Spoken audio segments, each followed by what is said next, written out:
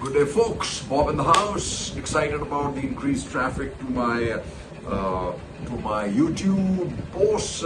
Shows me that some guys have the jigra to go see to think that I'm not controversial. But here again, today is my and I'm very unambiguous about it. There's no ambiguity involved. It's my position that India is far better served in terms of things that I'll list below. As far as the United States invests are concerned, it absolutely gets no value at all at this stage would be the China or Russia. Hence, BRICS actually should not have the I in it. It really is not serving any purpose, and this expansion is just going to make it totally unwieldy. And it's only a Chinese tea party. That's about it, right? Because when you put everything together, you only see Xi Jinping out there. So why the West, especially the US? Firstly, our largest export markets are the United States and Europe.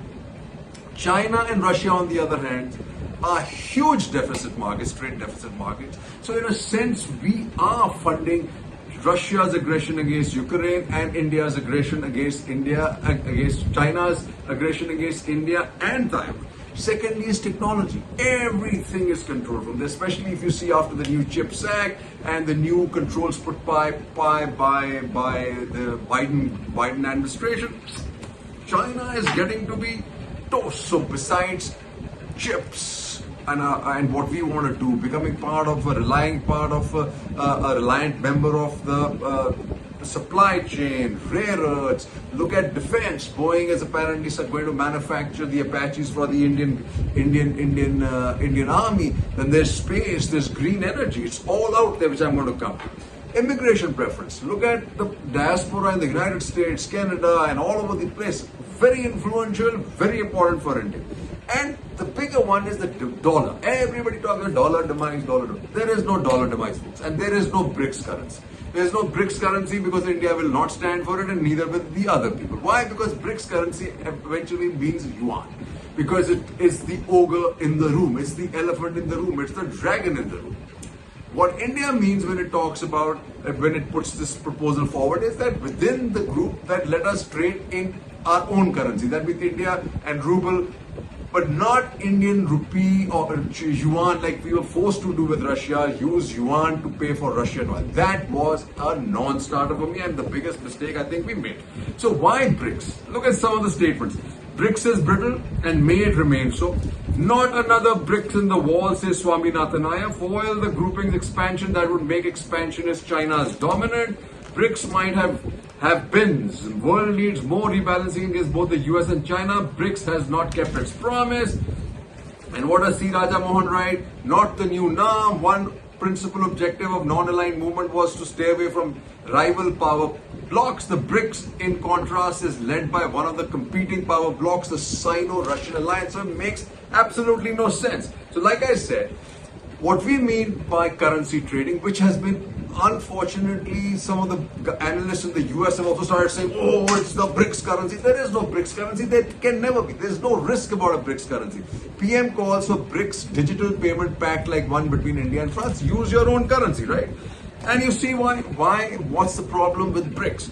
US allies stick together to confront global tensions. Putin says Wagner Group doesn't exist. So basically, US sanctions tested. Okay, so basically US allies are sticking together. India finding guts and glory in Ladakh, in Leh. Critical firing range of Galwan gets green nod. First drill held. Blinken, Wang aim to fix US-China ties in Jakarta meeting. That didn't happen.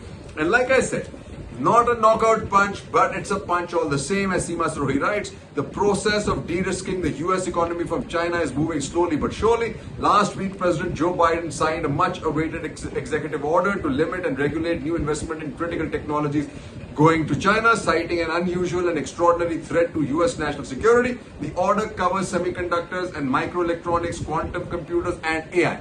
So, India doesn't belong in that camp.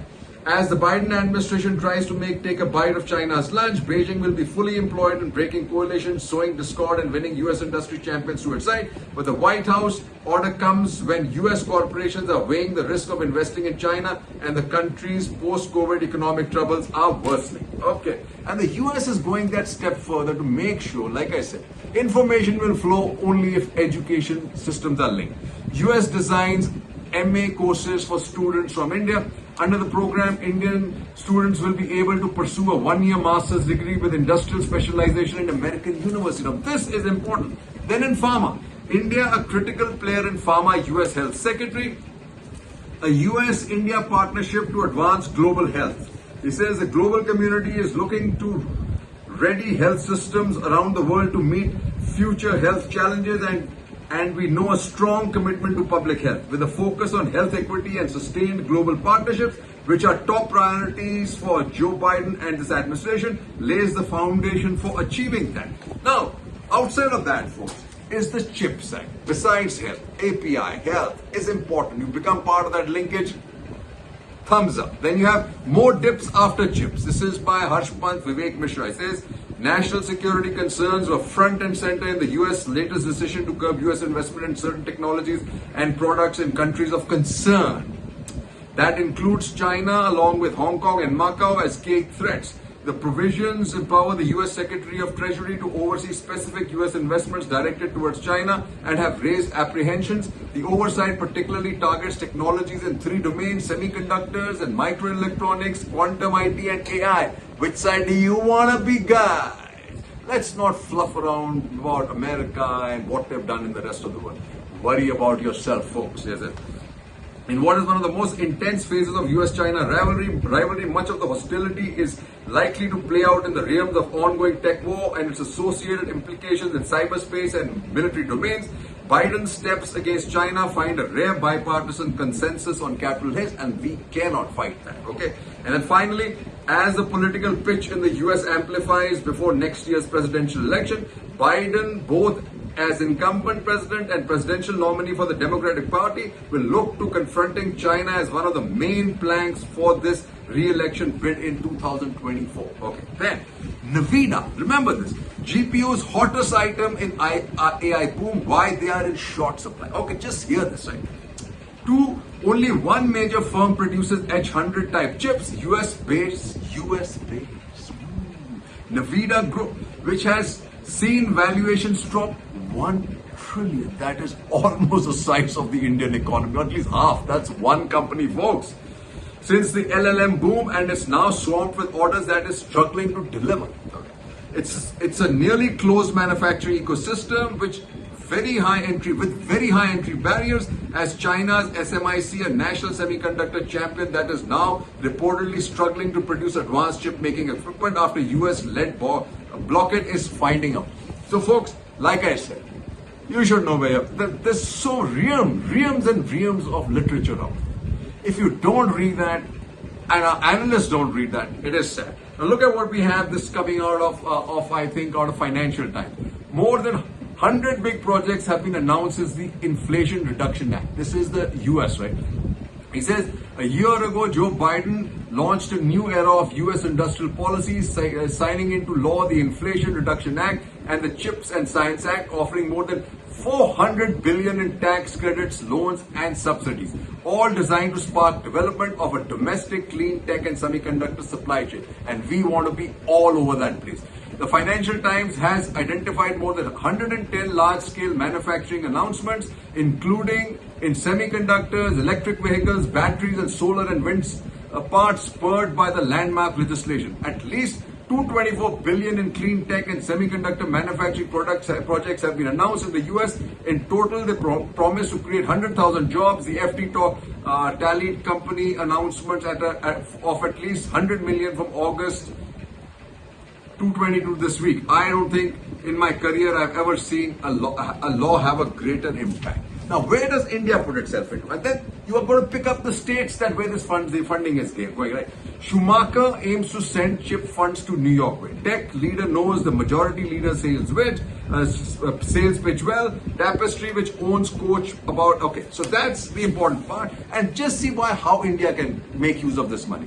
UK microchip champion goes to US for Biden cash. Pragmatic semiconductor to build facilities across the Atlantic as it warms over Britain's scant support. That's what India needs to do. You want to use US money, you want to use US brain, you want to use the Indian brain in the US, which is not going to come back.